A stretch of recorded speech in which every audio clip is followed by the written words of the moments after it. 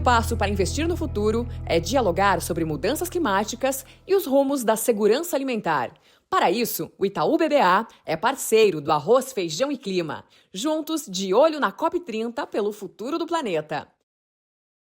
O Arroz, Feijão e Clima chegou ao final deste ano e a gente preparou uma retrospectiva que, primeiro de tudo, é importante dizer que é muito significativa para a gente. Afinal de contas, o trabalho do Arroz, Feijão e Clima começou ainda em 2024, muito antes dos episódios irem de fato para o ar. A gente se dedicou bastante, não só para pensar as pautas, os entrevistados, mas o local, os estúdios e principalmente encarar essa proposta da gente desde o início de ser um podcast itinerante. E cada vez mais as viagens, as pautas externas têm tomado conta do Arroz, Feijão e Clima. E que bom poder colocar isso no papel, aliás, tirar do papel e colocar isso nas telas, no YouTube, no Spotify, nas redes sociais, poder conversar mais com as pessoas sobre essa integração que existe, que está dada e que a gente precisa conversar mais, que é essa relação entre a produção agrícola, então desde o grande agronegócio, das produções de commodities, entender como que isso impacta a nossa vida, mas também olhar para a agricultura familiar, para a segurança alimentar, para essa relação entre a produção que vem do campo, que é fornecida para escolas, mas que é fornecida para os supermercados onde a gente se abastece. Como que essa comida está sendo produzida? Em que condições? Em que condições que essa comida é produzida e que, inclusive, o que se transpõe para o planeta Terra? É importante a gente conversar sobre isso. Talvez, de fato, a humanidade nunca tenha conversado tanto sobre a origem da comida, os impactos para as mudanças climáticas e, sobretudo, essa qualidade entre o que é produzido no campo e a qualidade da alimentação da população, que são coisas diferentes. Então é para isso que o Arroz, Feijão e Clima foi criado, para começar a criar esses espaços de diálogo de assuntos que, de fato, não são muito fáceis, que muitas vezes a gente precisa olhar para problemas sociais. A gente está falando da fome, a gente está falando de dificuldade de acesso a crédito da agricultura familiar, a gente está falando muitas vezes de uma injustiça na questão de divisão de terras do país, ou como as florestas são usadas, mas só reclamar não adianta. Só reclamar de verdade não adianta. Então a gente quer propor que esse lugar seja um lugar de soluções, para a gente retomar a paixão que a gente tem pelo nosso país, por que não? Entender que ele é feito de diversas pessoas, que produtor rural são muitos, são milhares de diversos perfis, que os consumidores também têm diversos perfis, mas que é nesse lugar onde a gente precisa comer, se alimentar, que todo ser humano se encontra. O Brasil, ele produz de fato muito grão que vai sim para outros países e que vira sim comida. Você pode até não comer o frango, o porco, a carne, você pode até não enxergar que aquela soja, aquele milho viram ração, mas é o que é, assim é a indústria. Então como a gente consegue sair de um lugar só de crítica ou de um lugar raso e mergulhar nessa realidade, mergulhar na realidade do produtor rural enquanto consumidores e que os produtores rurais entendam os consumidores também. Entendam que é isso, está mudando o perfil do consumidor. Cada vez mais a sociedade global está sim querendo saber de onde que vem a carne, de onde que vem o vegetal, de onde que vem o arroz, em que condições eles foram produzidos, de onde que é o suco de laranja que eu bebo ou o vinho que eu tomo. Então, tudo isso faz parte desse diálogo que a gente quer trazer aqui no Arroz, Feijão e Clima. Então, esse episódio aqui, ele é feito não só para a gente resgatar histórias e conversas interessantes, como, por exemplo, a que a gente teve com a Isabela Teixeira, ex-ministra do Meio Ambiente, mas outras histórias. Só que eu começo chamando essa fala da ex-ministra do Meio Ambiente, que inclusive também é membro ali do painel da ONU sobre clima, e ela fala que para tudo isso, para essa aliança entre sociedade, consumidores, agronegócio, meio ambiente, para tudo isso a gente começa no diálogo. Então, nada melhor do que começar esse episódio também te chamando para o diálogo.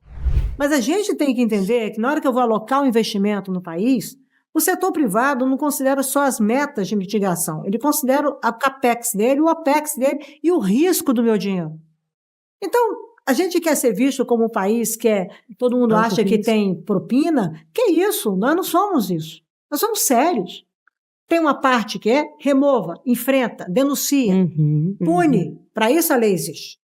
Agora, achar que a lei de Gerson, não, que é mais, eu vou me dar bem, que você dá bem? Nós estamos há 40 anos correndo atrás do desmatamento da Amazônia.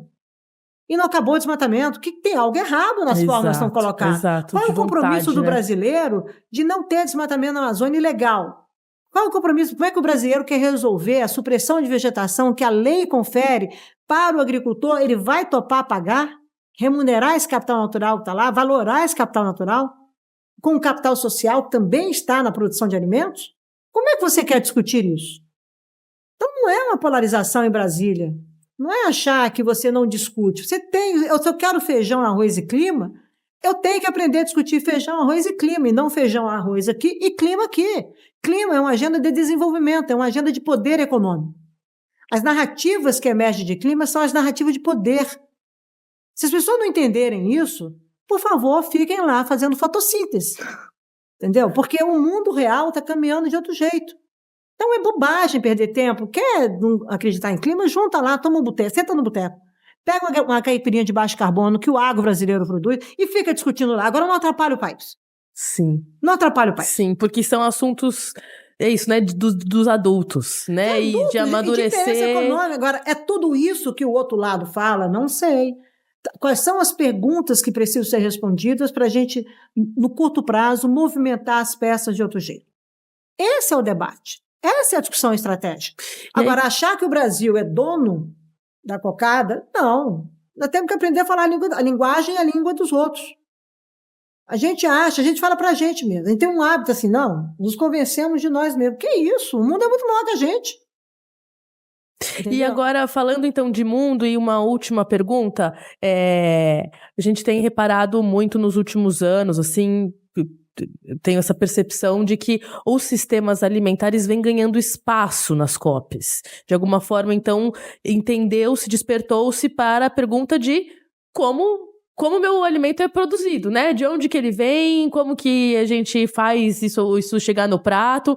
A senhora acha que é um caminho sem volta e que os sistemas alimentares realmente vão cada vez mais ocupar espaços na COP, junto, óbvio, com transição energética, que é o fator principal? Ou depende um pouco de cada país? Tipo, esse assunto está vindo para um país do agro, então esse ano se fala muito. As soluções climáticas estão desenhadas em 2 caminhos. Descarbonização das cadeias produtivas, portanto, a cadeia da agricultura está lá, e eletrificação. Tá? De tudo. Ok? A mobilidade é um belo exemplo. Então, discussão do agro. A gente vai continuar transportando a carga do agro com diesel, ou nós vamos tomar decisões de caminhões elétricos, mais ferrovias, mais hidrovias? Esse é o mundo da descarbonização. O Brasil já tem uma grande vantagem em relação ao resto do mundo, porque a energia do Brasil é 90% renovável. Então, portanto, todo produto feito no Brasil está com uma base energética descarbonizada. Ou de baixo carbono. Tá? Com baixas emissões. Agora, não adianta ficar cantando isso como se o mundo, nós temos... Eu quero saber o que o Brasil vai ter daqui a 10 anos, daqui a 20 anos. É como se o mundo não se mexesse. O mundo está se mexendo, com contradições. Demais. Mas ele está se mexendo. Então, tem países na África que estão avançando significativamente, como o Quênia, na sua matriz elétrica. Eles vão produzir alimentos também descarbonizados. Tá? Não só pela energia elétrica, e pelo também os interesses com cadeias produtivas, talvez não com toda a eficiência, toda a produtividade e competitividade que o Brasil faz. Então, os títulos, isso que eu quero falar, os títulos não necessariamente traduzem a magnitude. Tá? O Brasil não é só um país que tem isso, mas ele é um país mega. Tudo que acontece no Brasil tem escala. É demais. Tem escala, por bem e por mal. Então, nós temos que discutir com quem tem escala. Quem são os nossos aliados, quem são os nossos competidores, como é que os nossos competidores são nossos aliados. Perfeito.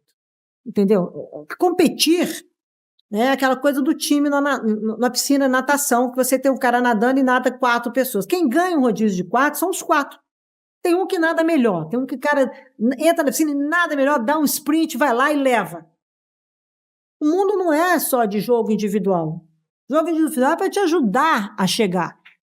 Mas você joga com o país. Você joga com um time chamado Brasil. Agora, a presença da COP está fazendo uma coisa muito inovadora, a presença da COP brasileira. Ela está não só trazendo a agenda diplomática, que é a agenda de negociação, está trazendo a chamada agenda de ação. A agenda de ação vai ter um espaço todo discutido, dedicado, um espaço da presidência à agricultura brasileira. São os pilares que o Che escolheu, como é no Brasil, ele determina o que vai ser discutido. E está lá a agricultura como um tema central. Então, você está perguntando sobre o uso da terra, se isso vai prevalecer? Vai, porque o Brasil está pautando isso. Agora, qual é essa narrativa de poder que o Brasil quer ter? Não é repetir o passado. Nós temos um Código Florestal, ninguém sabe o que é o Código Florestal. O mundo não tem Código Florestal.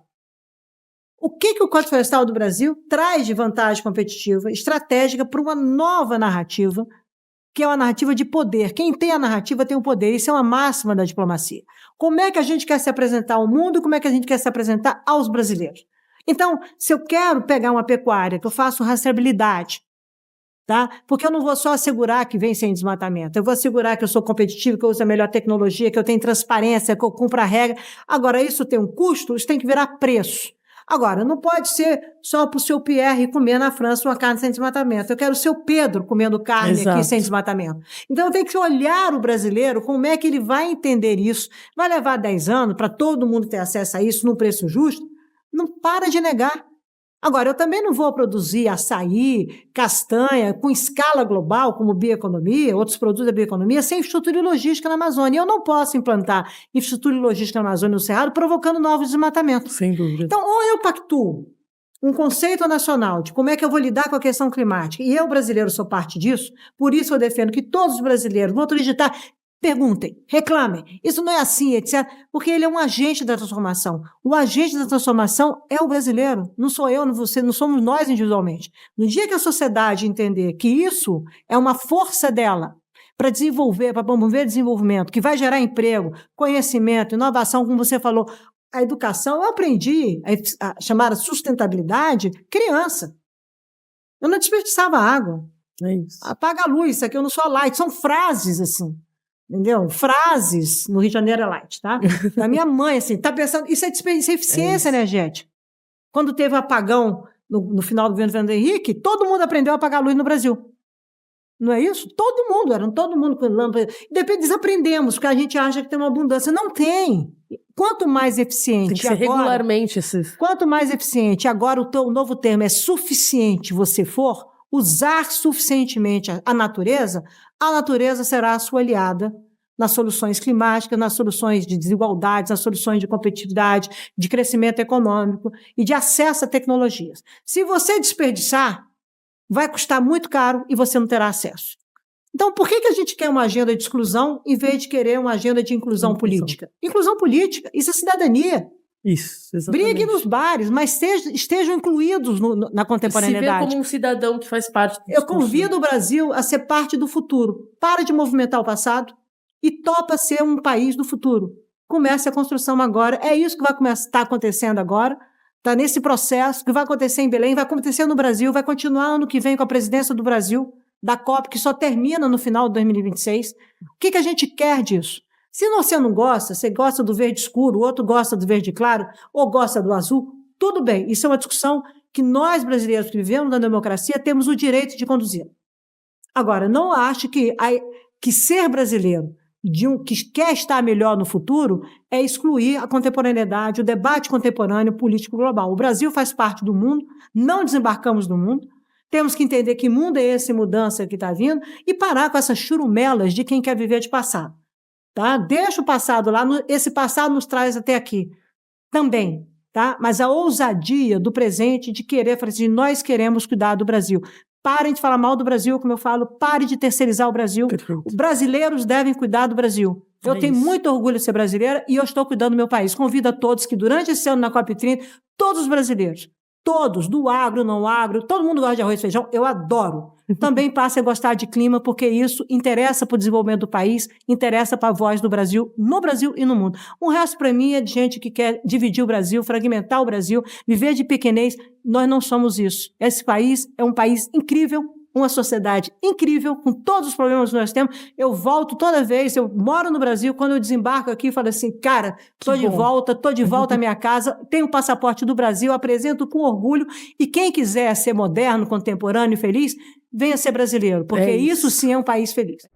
Quando a gente criou o Arroz, Feijão e Clima, a ideia era ser itinerante, mas para além disso, ser analítico, ser mais profundo e ao mesmo tempo ser didático. Não é uma coisa muito fácil quando a gente está falando de agronegócio, porque tem muita gente que já tem preconceito com o setor assim logo de cara. E ao mesmo tempo, a gente também quer mostrar para esse grande agronegócio que é possível e necessário conversar mais sobre meio ambiente. E esse meio do caminho entre agronegócio e meio ambiente foi o que, e está, na verdade, sendo um dos grandes motivos da gente ter colocado o Arroz, Feijão e Clima no ar, e ele está aí tão perene ao longo das semanas, desde março, quando a gente colocou o primeiro episódio no ar. E nesse meio de caminho, então, a gente se preocupa muito em trazer temas que são atuais. Então, que a gente está falando da atualidade mesmo, do país, da legislação. Tudo isso porque a gente está falando de produção de alimentos, de produção de energia, a gente está falando da forma como o campo e a cidade interagem no microambiente e no macroambiente. E aí é desse macroambiente que a gente decidiu partir quando a gente colocou o Arroz, Feijão e Clima no ar, falando de COP30. A gente já tinha mergulhado na COP30 lá em março, no nosso primeiro episódio, quando a gente conversou com o Juliano Alves, da ABAG, sobre as expectativas do setor para a COP30. Ele participou, inclusive, da COP e a gente, obviamente, quer ouvi-lo ao longo de 2026 para saber o que saiu do papel, o que não saiu. Mas a gente também se preocupou em falar de COP30 olhando para a realidade brasileira. E quando a gente fala da realidade brasileira relacionando agro e meio ambiente, isso significa olhar para questões fundiárias. Isso significa olhar para a nossa legislação. Então a gente mergulhou fundo em vários episódios em que a gente tratou, por exemplo, do Código Florestal. Essa lei que é muito bem falada pelo mundo inteiro, mas que a gente, dentro de casa, muitas vezes não consegue colocá-la realmente em prática. Então é necessário falar sobre isso, sobre a maturidade e o andamento de uma lei, que a última versão, a versão mais recente, é de 2012, e até hoje a gente pena em avançar com a lei por conta do Cadastro Ambiental Rural. O CAR, a gente falou várias vezes aqui também, explicou esse mecanismo, disse o porquê que é necessário cruzar informações do meio ambiente com o uso da terra, do porquê que o CAR é importante, mas ele não é uma comprovação de posse de terra, explicar esses mecanismos para a gente entender a legislação do nosso país. Nós temos regras que foram sendo construídas ao longo da história, né? E nossos principais institutos jurídicos de proteção no Código Florestal são as áreas de preservação permanente, que estão nas matas ciliares ou nas encostas, principalmente, e a chamada reserva legal, que é a área do imóvel rural onde você não pode desmatar e substituir a cobertura florestal. Você pode ter uso sustentável, né? Manejo sustentável. Isso, se nós pegarmos, tem origem lá no Código de 34, porque tinha o quarto da propriedade rural, que era 25% da área que não podia desmatar, tinha as florestas de proteção, que são um pouco parecidas com as APPs. E nesse histórico todo, o que a gente não tem, que nós temos realmente dificuldade, é de aplicar o que está nas leis. Então, a dificuldade de aplicação da lei de 2012, ela já tem um passado, que é a dificuldade de aplicar dos dois códigos florestais anteriores. Em tese, a gente não avançou onde deveria. E quando nós inovamos na lei de 2012, a lei de 2012, ela consolida o Cadastro Ambiental Rural, né, o CAR, e os programas de regularização ambiental. E você, para entrar na fase dos programas de regularização ambiental, que é para aqueles desmatamentos anteriores a julho de 2008, você tem que ter o CAR validado pelos estados.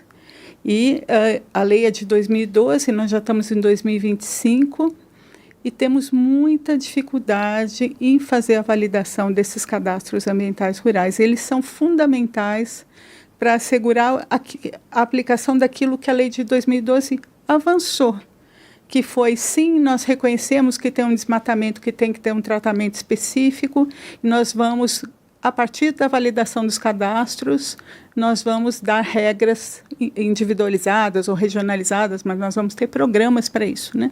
E nós até agora não chegamos efetivamente no país numa aplicação plena, estamos longe disso, da questão da validação do CAR e dos programas de regularização ambiental. A lei que trata disso é o Código Florestal, né, que para a gente combater o desmatamento ilegal e poder alcançar o desmatamento zero. Mas pouquíssimo se fala, quando se fala, o presidente, ministros, deputados, vamos alcançar o desmatamento zero, o pessoal lembra que isso se chama o primeiro componente do Código Florestal, que é isso, regrar o que pode ser desmatado e o que não pode, e o legal seria autorizações de desmatamento.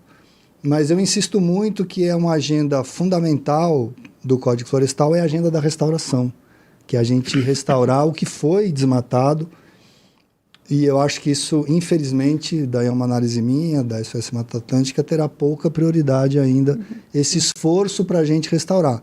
Agora, essas duas agendas da restauração e do combate ao desmatamento são as grandes contribuições do Brasil para a crise climática planetária, porque a nossa grande fonte de emissão é desmatamento, e a gente tem um potencial de retirar CO2 da atmosfera pela restauração, sendo um ganha-ganha para o produtor rural, para a sociedade local, regional e global, enorme. Então, o Código Florestal tem esse potencial de regrar o desmatamento. A gente tem que ter outras regras para chegar ao desmatamento zero. No caso da Mata Atlântica, nós já temos a lei da Mata Atlântica, que não é uma lei de desmatamento zero, mas se ela fosse aplicada rigorosamente, seria quase zero. E a restauração, a gente tem para restaurar os dados do termômetro do Código Florestal, do Observatório do Código Florestal, é que a gente tem que restaurar pelo menos 3 milhões de hectares de APPs, que são essas florestas que protegem nascentes e cursos d'água. É o mínimo para a gente ter água, para não ter crise hídrica, etc. E a gente tem um déficit de 16 milhões de hectares de reserva legal, que pode ser plantado ou compensado. Essa é uma grande discussão. Não dá para a gente perder de vista esse tipo de discussão, porque a gente está falando de uso da terra para produzir a comida que chega no nosso prato. É necessário que estejamos todos falando sobre isso com mais assiduidade, com mais frequência. De novo, é por isso que a gente trata todos os episódios do Arroz, Feijão e Clima da forma mais didática possível, inclusive indo para campo. Então, lá nos nossos primeiros episódios também, a gente já foi mostrar para vocês o que é uma produção de café agroflorestal. A gente foi lá para Campo Místico, em Minas Gerais, mostrou para vocês que é possível ter um café de qualidade, com altas notas, mas que trabalha em agrofloresta, que não precisa de pesticidas, que consegue fazer uma condução, inclusive com as abelhas ali, convivendo, equilibrando biodiversidade. Então a gente mostra um pouco da teoria, um pouco dessa parte de legislação, de código, das questões fundiárias muitas vezes, mas a gente também vai para campo, mostra as histórias que estão fazendo o Brasil acontecer. Se a lei anda ou não, se o financiamento chega ou não, tudo isso a gente tem que conversar com calma, com maturidade, mas a verdade é que, independente dessas coisas, tem muito produtor rural fazendo coisas legais no campo. É importante a gente estar de olho nisso. É importante a gente estar de olho como que a fruticultura, por exemplo, de dentro do país, vai para fora do país. Mas o que fica de frutas para o consumo do brasileiro? Como que essa relação entre o que é produzido aqui de frutas e exportado, por exemplo, as mangas, né, que são um grande case do Brasil, as uvas, como que isso também é revertido e consumido dentro do país? Né? Como que isso, em relação a abastecimento de frutas, de segurança alimentar, de qualidade do alimento, como que isso realmente está chegando na ponta? Aí a gente volta a falar dessa relação entre exportação e políticas públicas para o consumo nacional também, como o PNAE, a Política Nacional de Alimentação Escolar, que a gente também trouxe no Arroz, Feijão e Clima, para a gente entender o papel da agricultura familiar nesse abastecimento escolar. E é isso, a gente quer conectar vocês com todos esses episódios. Daqui a pouquinho eu volto para falar de outras sequências que a gente também trouxe, como regularização fundiária, o papel da iniciativa privada nas questões aí na agenda climática. Mas a gente faz um intervalo muito rápido, daqui a pouquinho a gente volta. O podcast Arroz, Feijão e Clima tem patrocínio de Suzano, Syngenta e Ajinomoto. Juntos, de olho na COP30, pelo futuro do planeta. E o Arroz, Feijão e Clima, quando ele nasceu com essa ideia de estar por aí, pelo Brasil, pelo mundo, a gente já estava de olho, claro, na AgriShow, que é a maior feira de tecnologia agrícola da América Latina, acontece no interior de São Paulo, em Ribeirão Preto, e a gente precisava estar lá. E o pessoal abriu as portas para a gente poder fazer alguns episódios e falar de um tema muito importante, que precisa continuar e irá continuar na nossa grade aqui de assuntos do Arroz, Feijão e Clima, que é a questão da conectividade rural. Avançou, de fato, mas ainda precisa avançar muito mais. A gente que viaja pelo Brasil, mas todas as pessoas com quem eu conheço do agro, que atuam nas diferentes cadeias produtivas, nas diferentes regiões do país, falam exatamente isso. O produtor rural que tem capacidade de dar um aporte, de investir na infraestrutura, em antenas, né, no Starlink, ele já está conectado. E, de fato, existe muito avanço nesse sentido e não podemos negar. Mas e a conectividade pública? E a segurança do acesso à internet enquanto obrigação pela legislação brasileira, pelos instrumentos que falam que é um direito da população se comunicar. Então a gente foi entender, inclusive, como que hoje é discutida a questão da conectividade rural dentro de Brasília. Como que a Anatel, por exemplo, tem encarado o fato de que estamos em 2025, 2026 e de que ainda falta muita gente acessar internet de qualidade para estudar, para ir, por exemplo, para conseguir uma consulta online, para se inscrever para um emprego, para enviar um currículo, para conversar com as pessoas pelo mundo.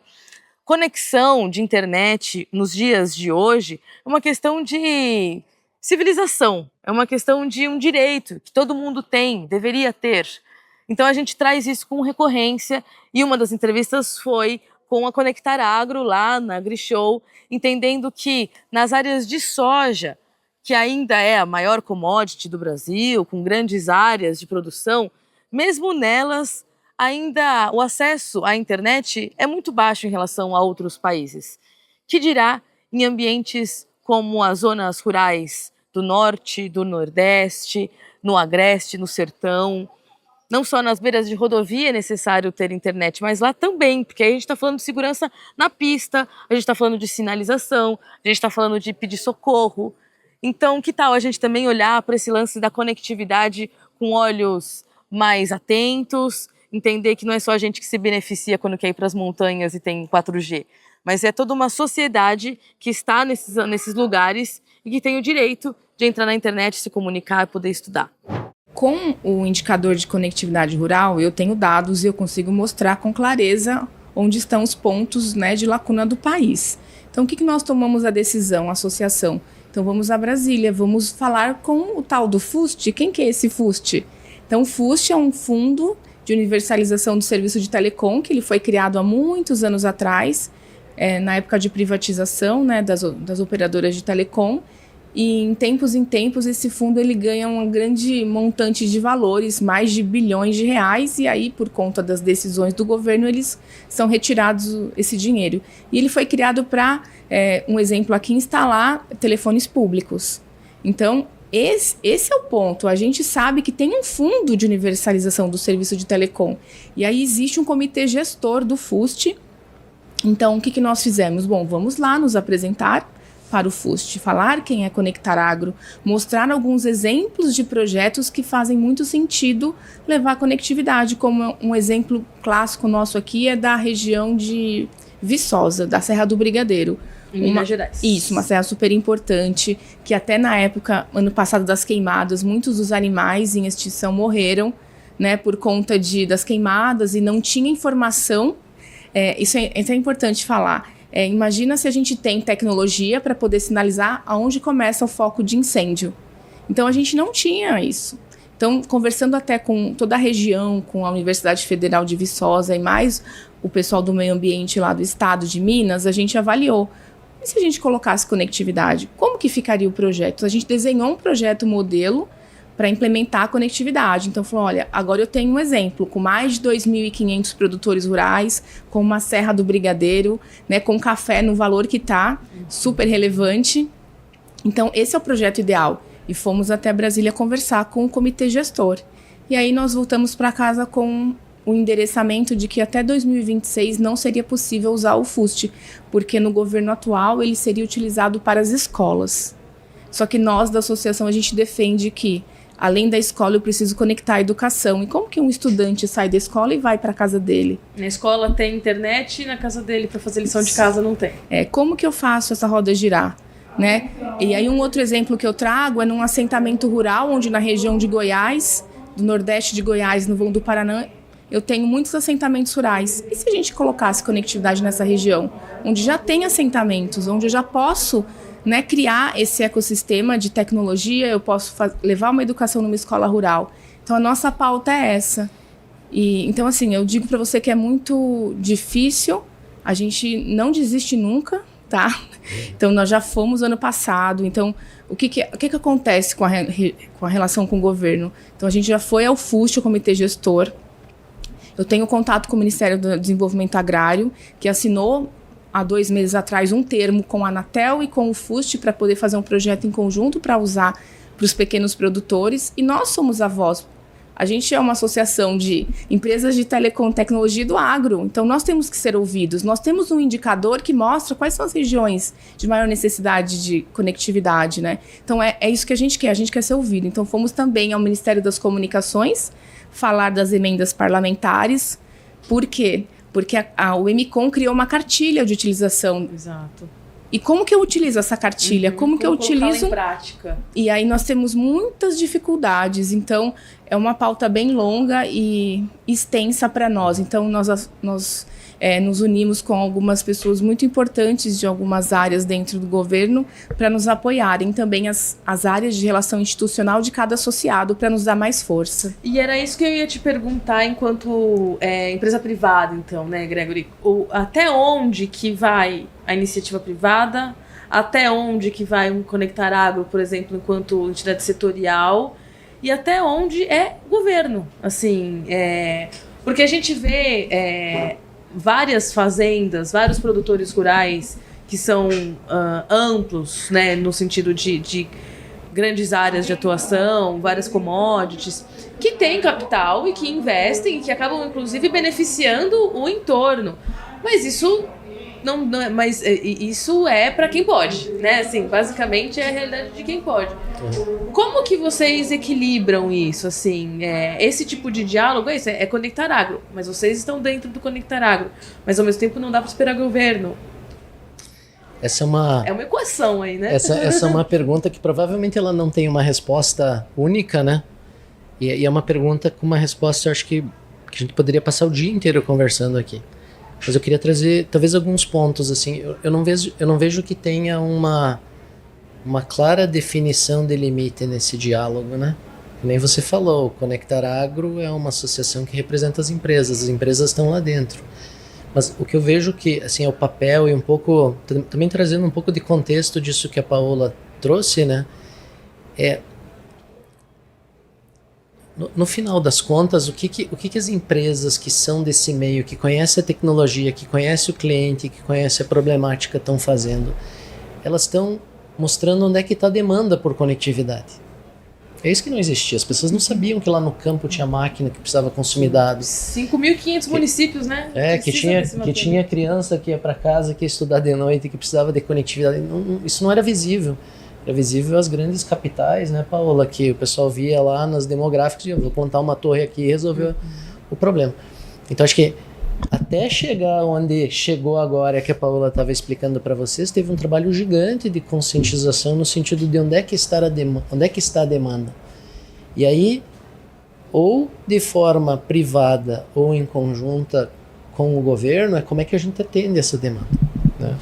Eu acho que algumas empresas entenderam isso como uma oportunidade, inclusive de negócios, e criaram modelos de negócio que cabiam nisso, e outras discussões foram muito em volta de governo e de como se consegue subsídio, principalmente para acelerar isso. Eu particularmente tenho uma postura, Paula sabe disso, né, que eu tento criar o plano para não depender do governo.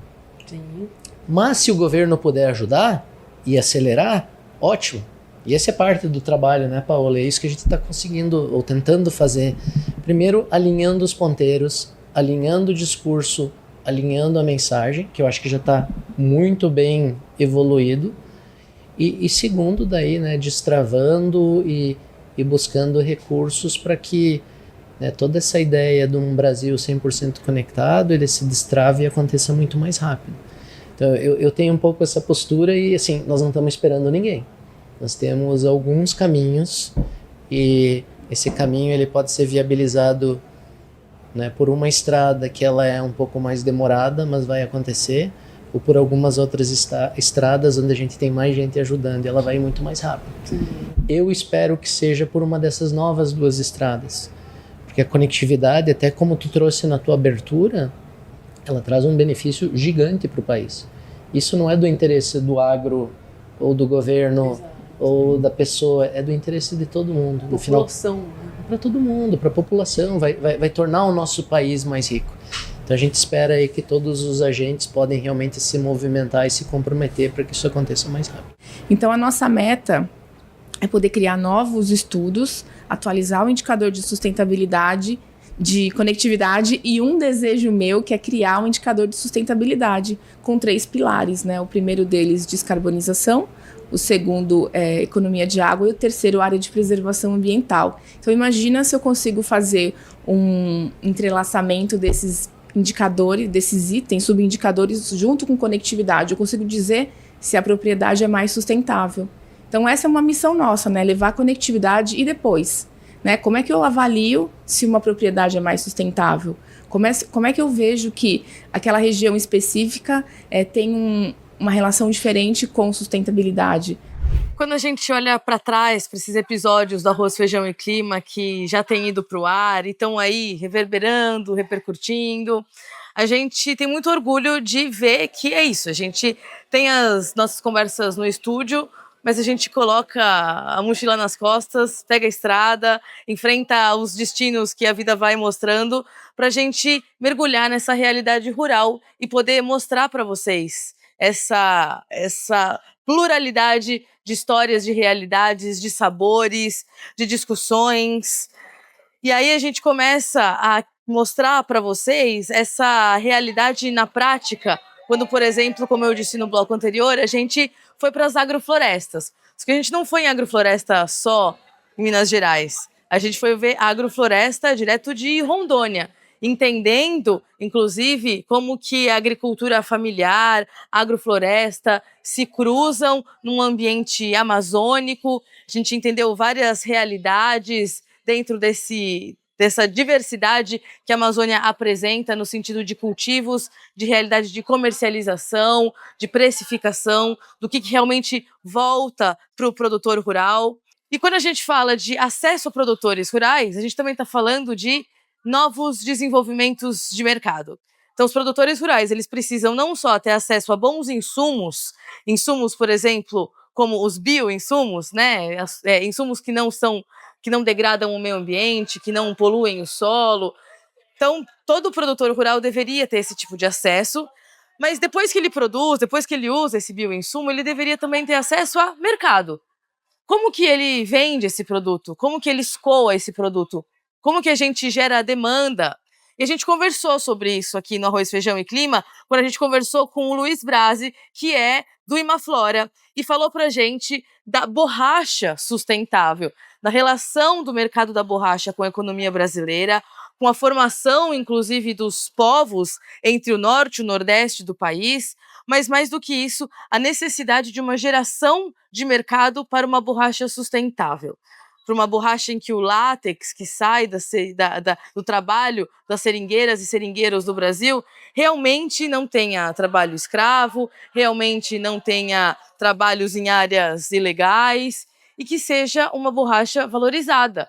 Porque hoje em dia, no preço commodity, a gente acaba tendo o mesmo preço que a borracha da Indonésia, por exemplo, que tem muita ligação com o trabalho análogo à escravidão e zero sustentabilidade. Então, será que um mercado, uma demanda mais estruturada, com um valor melhor pago lá na ponta, para esse tipo de borracha sustentável, será que isso não falaria mais com a bioeconomia da floresta? Que é outro assunto que a gente também tem falado bastante aqui no Arroz, Feijão e Clima. O que é essa bioeconomia?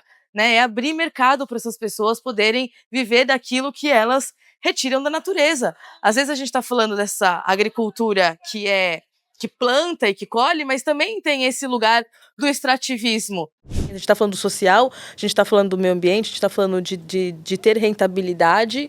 Agora, eu queria começar então que você, te perguntando, queria que você falasse um pouquinho de assim, o que é então essa borracha sustentável, só para o pessoal entender o que é o conceito, o que é uma borracha não sustentável também, assim, e aí a gente começa a entender esses pormenores que compõem o cenário brasileiro, né? A questão das populações, a questão de como que essa economia vem se desenvolvendo com os povos que ali estão inseridos. Bom, acho que falar de uma borracha sustentável, a gente precisa se perguntar primeiro de onde vem o tênis que a gente usa, de onde vem a borracha que as nossas crianças ou adultos também usam nas escolas, nas universidades, de onde vem a borracha que está nos materiais hospitalares. Então, acho que a gente precisa primeiro se perguntar de onde vem a origem de cada produto que a gente compra, né? E a borracha, ela tem um histórico muito importante, uma história muito profunda no modelo de ocupação da Amazônia. Então, acho que a gente precisa, antes da gente falar dessa sustentabilidade, a gente precisa conhecer como que se deu a formação de uma cadeia de borracha na Amazônia lá no final do século XIX. Então, o mercado global, Revolução Industrial acontecendo lá no século XIX, uma demanda crescente por borracha justamente para a indústria de carros, então o Fordismo acontecendo, uma demanda grande por borracha a nível global, e a seringueira, que é uma árvore nativa da floresta amazônica, eu já entro nessa parte da sustentabilidade, uma árvore nativa da floresta amazônica que produz uma seiva, que é um látex, né, que a gente fala, que ali quando você corta, sai um líquidozinho que você consegue produzir depois a borracha que vai compor pneu de carro, que vai compor o tênis. É impressionante, né? Porque fica esse líquido, eles deixam secar na própria árvore ali, né, dentro de um balde, e aquilo ali já vai criando uma cara de borracha, assim mesmo, né? Uma cara de borracha. E aí, falar então dessa sustentabilidade da borracha naquele momento do primeiro ciclo da borracha que a gente fala no final do século XIX, começo do século XX,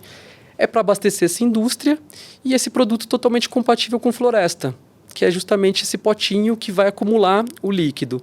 Mas como que se deu a produção dentro da Amazônia? Então, com essa demanda global, para atender essa demanda para a indústria automobilística, o Brasil fez uma campanha, uma política dentro do Brasil de levar mais pessoas para dentro da Amazônia para coletar esse produto para atender essa demanda global lá no final do século XIX. E aí começa um grande processo de migração, principalmente de nordestinos, né, e grande parte de cearenses que migraram para a floresta amazônica para coletar esse produto para atender essa demanda global crescente naquele período. Na época, isso era oportunidade de emprego. Era oportunidade de geração de renda para essas pessoas. Teve uma promessa do governo brasileiro, inclusive das pessoas enriquecerem. A gente sabe um pouco dessa história, que não foi bem assim. Sim. A gente teve uma grande seca naquele período na região Nordeste, uma das maiores secas da história, então com essa promessa de um enriquecimento e geração de renda a partir dessa borracha sustentável dentro de floresta, pessoas migraram para lá com essa promessa.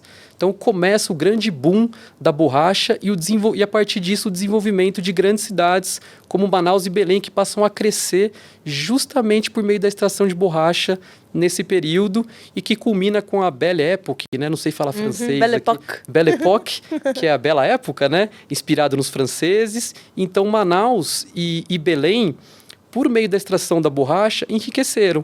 Então, os grandes teatros, as grandes vias, arquiteturas inspiradas... E até hoje essa arquitetura está lá e quando a gente vai, a gente sente essa referência, né? Está lá presente. Então, gerou muito recurso. E nesse momento, Mariana, a borracha ela foi o segundo produto da balança comercial brasileira.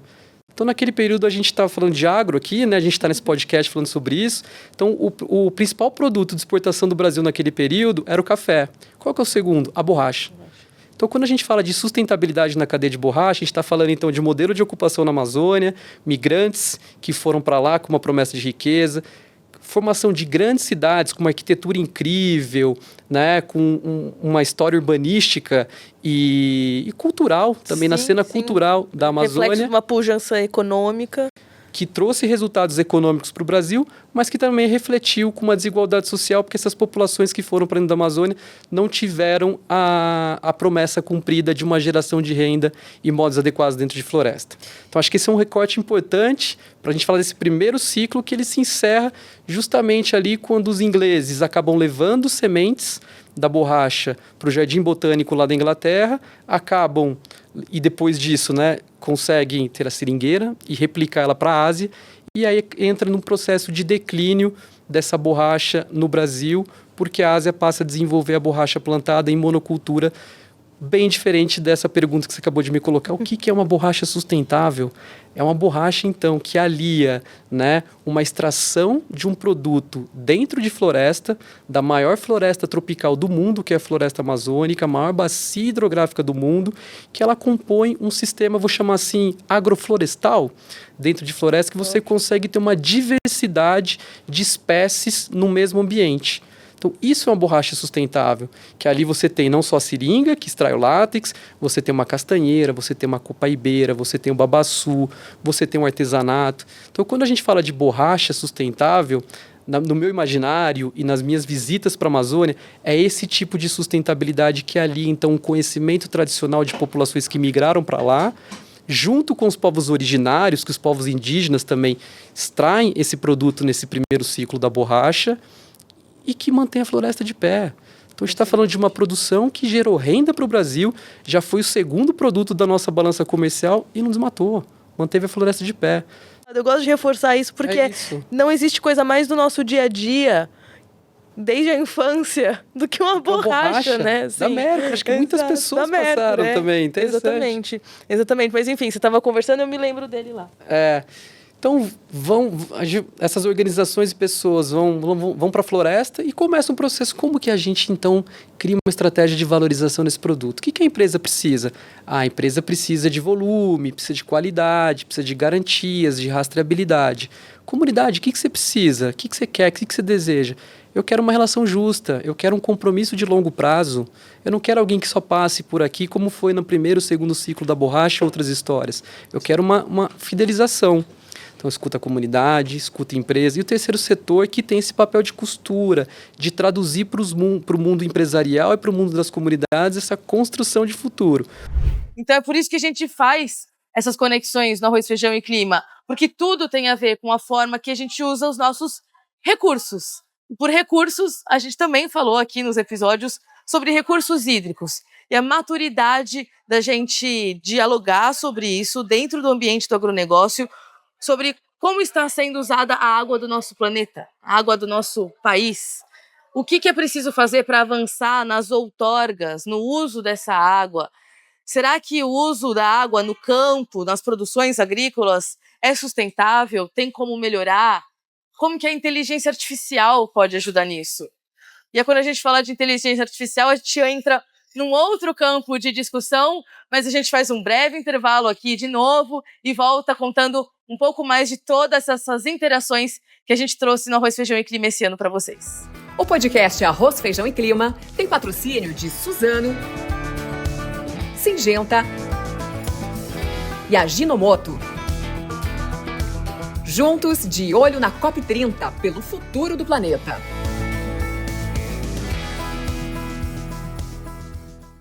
Durante o século XX, a população mundial cresceu 3 vezes, o consumo de água 6. Então, é um primeiro, assim, uma forma completamente insustentável.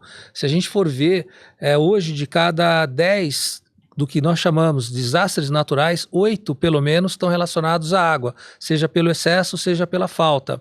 Além disso, a gente tem degradado todos os sistemas naturais, os rios no Brasil mesmo, a gente tem pelo menos mais de 110 mil quilômetros de rios comprometidos. Isso não significa só impacto para o meio ambiente, significa impacto para a economia, para a sociedade, né? O impacto na saúde. Hoje ainda no país, a maior parte das internações hospitalares pediátricas é por conta de doenças transmitidas pela água poluída. A gente consegue mandar um foguete para o espaço, a gente tem tecnologia de alta capacidade, como da aviação, e tem gente morrendo de doenças da Idade Média. Então, em pleno século XXI, é inadmissível, não só no Brasil, mas no mundo. E muitas em zona rural, né? Só fazendo esse Em zona rural, nas cidades, né? Na zona rural, eu acho que hoje o dado, se eu não me engano, é em torno disso, mais de 20 milhões de pessoas que não têm acesso adequado ao saneamento rural. No Brasil, 35 milhões de pessoas não têm acesso à água potável e quase metade da população não tem acesso à coleta, tratamento de esgoto. Então é isso que a gente tem que reverter, pelas diversas políticas, pelas diversas frentes, né? Seja no agro, porque é o principal usuário de água, e a gente já está verificando também algumas mudanças, porque degradando, e aí eu acho que tem um ponto da virada, as questões ambientais não é um impeditivo para o desenvolvimento do país, o impeditivo é você não ter recurso natural, o impeditivo é você não ter água para irrigar, água para produzir, água para os sistemas alimentares. Então, a natureza, eu acho que a boa notícia é que a natureza é uma aliada, e na TNC a gente acredita, né, que tanto pessoas quanto natureza podem prosperar conjuntamente. Então eu queria que você explicasse um pouquinho pra gente esse mecanismo de outorga, então, como que ele funciona e por que é importante a gente ficar de olho nele. Perfeito. Né? Assim, na verdade, a importância você já trouxe, mas reforçar um pouquinho como que é importante ele ser implementado de forma correta, inclusive com os respectivos órgãos, revisando ali esses prazos, né? Não, perfeito. Acho que o que você falou é estratégico, né? E aí eu acho que só para trazer mais uma parte de conceito, quando que um rio, que a gente chama é de domínio da União, é quando ele passa por mais de um estado. Então, por exemplo, o Rio Paraíba do Sul, ele passa por São Paulo, Minas Gerais e Rio de Janeiro, um rio federal de domínio da União. A ANA, no caso, é o órgão gestor. Um rio Sorocaba, um rio estadual, né? Então, o órgão gestor, no caso, Estado de São Paulo, o SP Águas. No caso de Minas Gerais, o Rio das Velhas, o IGAM é o órgão gestor de Minas Gerais que vai fazer a gestão, estabelecer esses processos. É preciso fortalecer também a capacidade dos órgãos gestores. É preciso instrumentalizar para que haja capacidade de trazer a melhor informação possível e, com isso, estabelecer a regra de uso. E isso um plano de bacia estabelece. Qual que é a capacidade disponível de água, quais são os usos predominantes, como que você distribui essa água para todos e ainda tem uma reserva para o meio ambiente. Se bem implementado, ele deveria compor dessa maneira. O que acontece ainda são os conflitos, porque o instrumento não está implementado ou ainda tem uma gordura que acaba a gordura no sentido, não consigo mais emitir nenhuma outorga. E tem gente com outorga que não está sendo utilizada da maneira como deve. Agora é importante para quem está nos assistindo entender que a outorga, ela te dá uma certa garantia de reserva de água, que pode ser revista pela lei. Por quê? Porque a prioridade é o abastecimento público. A segunda prioridade é a dessedentação de animais. A terceira não está escrita de quem é, que é uma indefinição jurídica, inclusive. Num país em que a agenda ambiental e o agronegócio têm tantos conflitos, num ambiente que muitas vezes é hostil, é difícil circular entre o agro e o meio ambiente como se fossem coisas distintas, quando na verdade não são. O Arroz, Feijão e Clima tem conseguido fazer isso ao longo do ano, circular entre várias fontes, de várias perspectivas, porque o importante aqui é a gente conseguir fazer um jornalismo que seja um jornalismo de propósitos. A gente quer trazer um jornalismo de soluções, propor soluções para um Brasil que precisa se conversar mais, que precisa se conhecer mais, entender um pouquinho melhor a realidade do outro ou pelo menos respeitá-la. A gente tem um Brasil muito grande, são vários temas que precisam ser melhor compreendidos, questionados, colocados no nosso dia a dia. E o Arroz, Feijão e Clima se debruçou por vários deles. Por exemplo, e a gente falou aqui, né, regularização fundiária, mas também entender a legislação como o Código Florestal ou até mesmo pagamentos por serviços ambientais, que já é lei, mas que não anda. A gente falou não só também de políticas públicas, questões governamentais, mas falou bastante do papel da iniciativa privada nesse diálogo. Ouvimos muitas pessoas da sociedade civil que muitas vezes fazem um trabalho na ponta que os governos não fazem. A gente conseguiu levar o Arroz, Feijão e Clima adiante, inclusive nesse ano de COP30, um ano de muita volatilidade, de muitas incertezas, que muita gente, ao mesmo tempo que tinha certeza que tinha que estar em Belém, que tinha que estar na COP30, encarou, se deparou com aqueles problemas de altos custos, de hospedagem, eram muitas dúvidas. E no fim das contas, tudo passou, né? A COP30 ela já aconteceu. O Arroz, Feijão e Clima também surfou essa tsunami que aconteceu no Brasil. A gente viveu isso na prática num jornalismo independente, num primeiro ano de projeto. Então a gente tem muito carinho de olhar para essa trajetória e de saber e de reconhecer, inclusive publicamente, que a gente só conseguiu fazer isso acontecer porque tem empresas e marcas que acreditam no jornalismo. Então, a gente deixa o nosso agradecimento coletivo aqui aos patrocinadores, porque foi através deles que a gente conseguiu dar mais voz, mais ouvidos, estar mais presente em diferentes regiões do país. Então, foi com o Itaú que a gente falou sobre financiamento climático e entendeu e vem entendendo desses mecanismos para novos arranjos de negócios do campo, mas também da Faria Lima.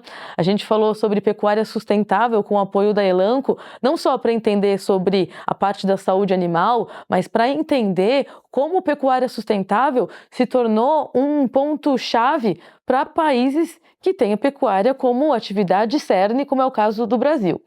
Com a Ajinomoto e a Syngenta, por exemplo, a gente falou de ciência agronômica, falou de segurança alimentar, dos processos produtivos, de ciência mesmo de laboratório, mas também de processos produtivos que começam no campo e que, com a recuperação de áreas degradadas, a gente pode pensar num novo país, um país que conduza melhor esse uso do solo. E com a Suzano, a gente falou muito mais sobre florestas, essa integração não só das florestas plantadas, que têm suas finalidades como papel e celulose, mas as florestas plantadas que podem ter outras finalidades comerciais. Além de, claro, a necessidade e a urgência da proteção, da conservação das florestas nativas.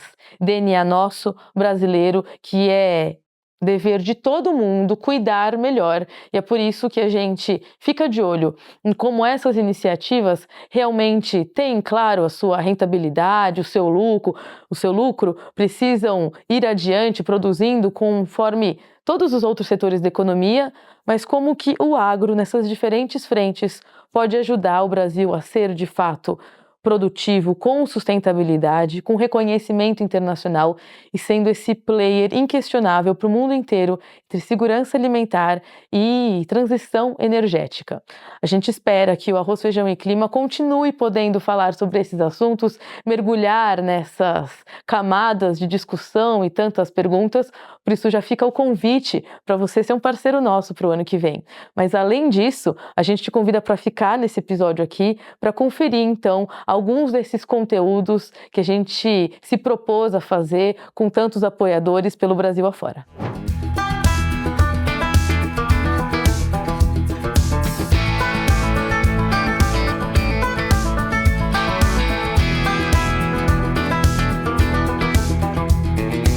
Então aqui a muda vai ficar em torno de 60, 90 dias.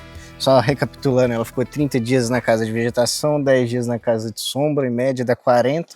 Ela vai ficar aqui mais 50, 60 dias, totalizando aí 100 a 120 dias do processo, do ciclo de produção de mudas. Uhum.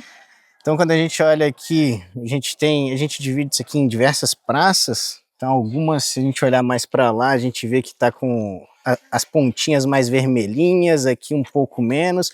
Isso é por conta de diferença de clones. Lá do outro lado, já mais roxinhas. Então, aí isso demonstra as variações de materiais genéticos que a gente tem aqui dentro do viveiro. Que legal isso. Então, a gente chega aqui com essa muda espaçada. O grande intuito desse processo aqui é, de fato, que ela cresça em parte aérea. Então, o paper, ela já desenvolveu o sistema radicular, ela está agora desenvolvendo essa parte aérea para ficar uma muda aqui que tem em torno de 25 a 35 centímetros, que é uma muda apta para expedição. Daqui ela vai direto para o chão.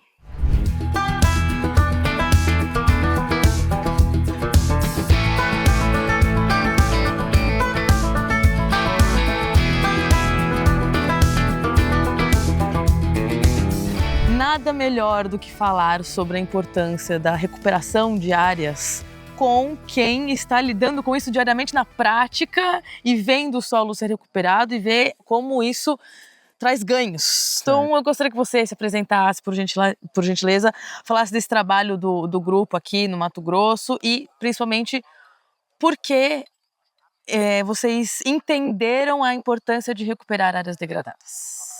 Bom, meu nome é Igor Biancon, nós estamos aqui em Itaúba, no Mato Grosso, né? E estamos numa área que foi recuperada, transformada, pastagem em lavoura, no ano de 2021. Então, naquela época, especificamente, existia uma demanda muito grande por grãos, né? E a gente arrendou essa área, era uma área que estava em pastagem, que surgiu, tinha necessidade de transformar ela em agricultura. Então, fizemos esse trabalho, em parceria aí com a Syngenta, com o Banco Itaú, entramos no programa Reverte. Foi um programa que nos deu a possibilidade de acelerar esse processo de conversão dessas áreas, né?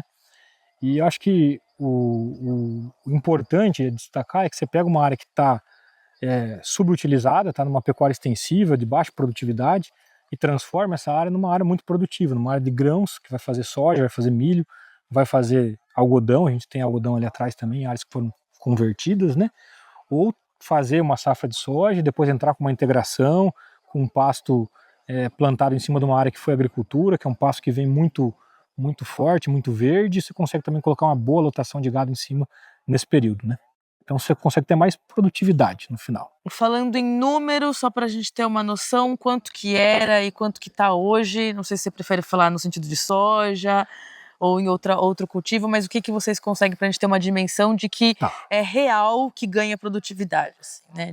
E qualidade também do solo, do meio ambiente. Certo, essa área era uma área que tinha 3.000 hectares que já estavam em agricultura e depois mais 4.000 que foram convertidos de pastagem em agricultura, né? Então elas estavam aí com 1 ou 2 bois por hectare, né, numa pecuária extensiva, e a gente entrou fazendo a conversão, e nessa última safra já colheu aí acima de 65 sacos de soja por hectare, também fez safrinha de milho, colhendo aí acima de 120 sacos por hectare, e um pouco de safrinha de algodão, também colhendo cerca de 300 arrobas por hectare. Então tem uma diferença grande aí em termos de atividade econômica, né, de produtividade, do que era antes do que é hoje. A gente espera que você tenha gostado dessa retrospectiva, assim como a gente gostou não só de viver essas experiências, essas conversas, mas de preparar esse material final aqui para vocês. O Arroz, Feijão e Clima, ele foi para o ar pela primeira vez no dia 12 de março, depois de muitos meses de preparação, de planejamento, e a gente foi entendendo o quanto é urgente falar dessa conexão entre agronegócio, produção alimentar, mais transição energética. A gente está falando de mudanças climáticas e também de sistemas alimentares. É uma discussão complexa, mas é por isso que a gente fez essa retrospectiva, para vocês verem que tem muitos assuntos, se não todos, que tem a ver com todos os seres humanos, né? A gente está falando do combustível do futuro, a gente está falando da comida do futuro. Então, obrigada por ter ficado aqui com a gente ao longo de 2025, se foi o caso. Obrigada por ter assistido o episódio até aqui. Se você ainda não é inscrito, se inscreva no YouTube, Vai lá também, a gente está no Spotify, te espera nas redes sociais, nosso Instagram tem webséries lá específicas para as redes sociais.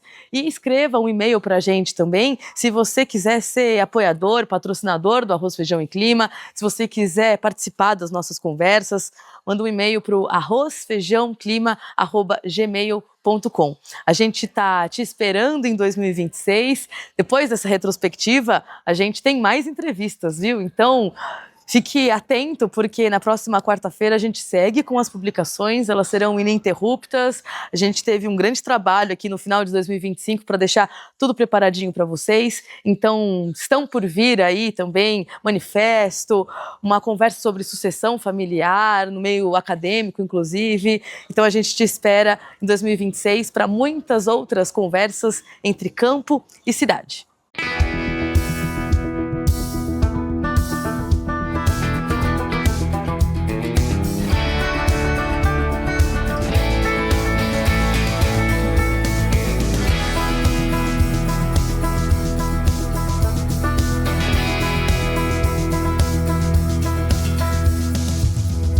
O primeiro passo para investir no futuro é dialogar sobre mudanças climáticas e os rumos da segurança alimentar. Para isso, o Itaú BBA é parceiro do Arroz, Feijão e Clima. Juntos, de olho na COP30 pelo futuro do planeta.